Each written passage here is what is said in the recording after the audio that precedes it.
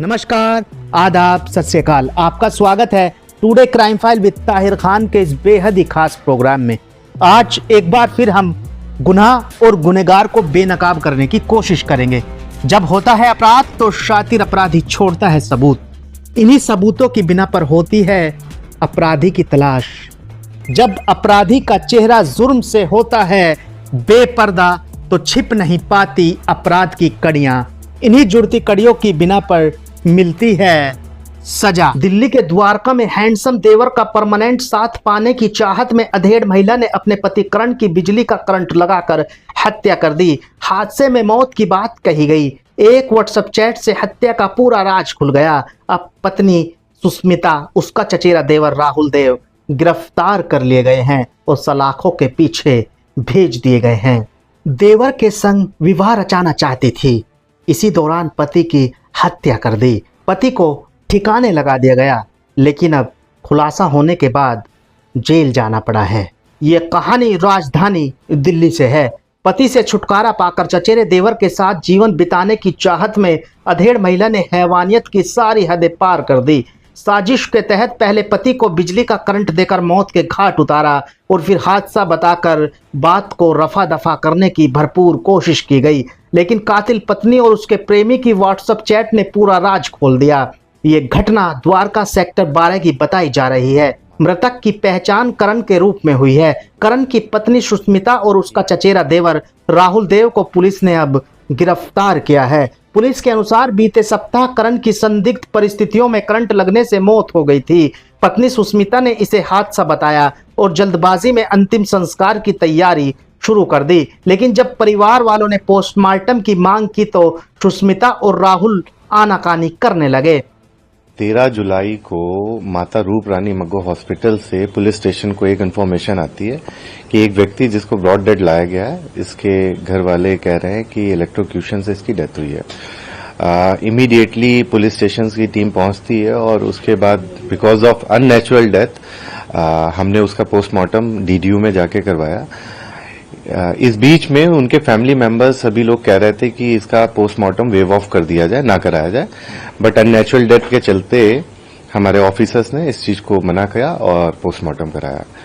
सूत्रों के मुताबिक सुष्मिता का अपने देवर राहुल से कई महीनों से प्रेम संबंध था। दोनों अक्सर फोन और मैसेज पर बातें करते थे। करण को रास्ते से हटाकर दोनों साथ रहना चाहते थे। करण के छोटे भाई कुणाल को राहुल ने किसी काम से अपना मोबाइल थमा दिया था। उसी दौरान व्हाट्सएप किसी कारणवश खुला रह गया। कुणाल की नजर राहुल और सुष्मिता के निजी चैट्स पर पड़ी, जिनमें करण की हत्या की प्लानिंग और बाद में सब कुछ सेट हो गया जैसी बातें लिखी थी। पीएम रिपोर्ट अवेटेड थी। Same time with in 2 days कुछ ऐसे फैक्ट्स डेवलप हुए। जो हमारा डिसीज्ड है करण देव, उसका भाई जो है उसको कुछ ऐसी इंफॉर्मेशन मिली जिसके बेसिस पे ये शक हुआ कि ये एक तरह से इलेक्ट्रोक्यूशन ना होके इसका मर्डर किया गया है। पुलिस स्टेशन के पास आके एसएचओ के पास इंफॉर्मेशन शेयर करी और इमीडिएटली कोई देरी ना करते हुए पुलिस ने केस दर्ज किया।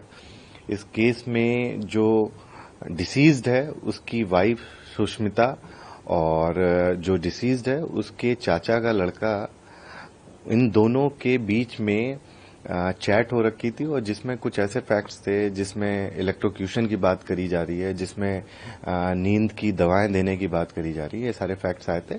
इसके बेसिस पे हमने 302 मर्डर का और साथ ही साथ क्रिमिनल कॉन्स्पिरेसी का केस दर्ज किया है।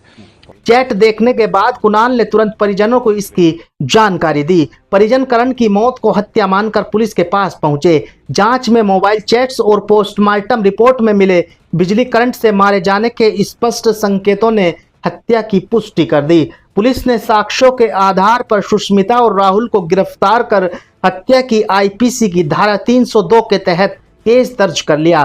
पूछताछ में दोनों ने अवैध संबंध होना और हत्या की साजिश कबूल कर ली है और इसमें फर्दर इन्वेस्टिगेशन चल रहा है। एफएसएल टीम ने, क्राइम टीम ने मौके का विजिट किया हुआ है और जो भी इसमें फैक्ट्स आगे सामने आते हैं तो आप सभी से शेयर किया जाएगा। Sir, sequence of crime. Delhi की इस घटना ने रिश्तों के मायने और मोबाइल चैट की ताकत को एक बार फिर से उजागर कर दिया है। राजधानी दिल्ली से क्राइम रिपोर्ट। प्लीज आप चैनल को सब्सक्राइब जरूर कर दीजिएगा। जुर्म कभी भी किसी भी रूप में आपके दरवाजे पर दे सकता है दस्तक। गुनाहगार कभी भी बना सकते हैं आपको अपने खूनी खेल का शिकार। इसलिए अब बेखबर होकर जीना छोड़ दीजिए। रहिए हर पल बाखबर, मुजरिमों की शातिर निगाहों से खुद को रखने के लिए महफूज। देखते रहिए India crime file with Tahir Khan. तो अभी के लिए बस इतना ही। आप रहिएगा होशियार, खबरदार। आप स्वस्थ रहें, मस्त रहें, सतर्क रहें, सुरक्षित रहें। फिर मुलाकात होगी किसी नई घटना के साथ। देखते रहें today crime file with Tahir Khan. सीख एक को, लेकिन सबक हम सबको। नमस्कार, जय हिंद।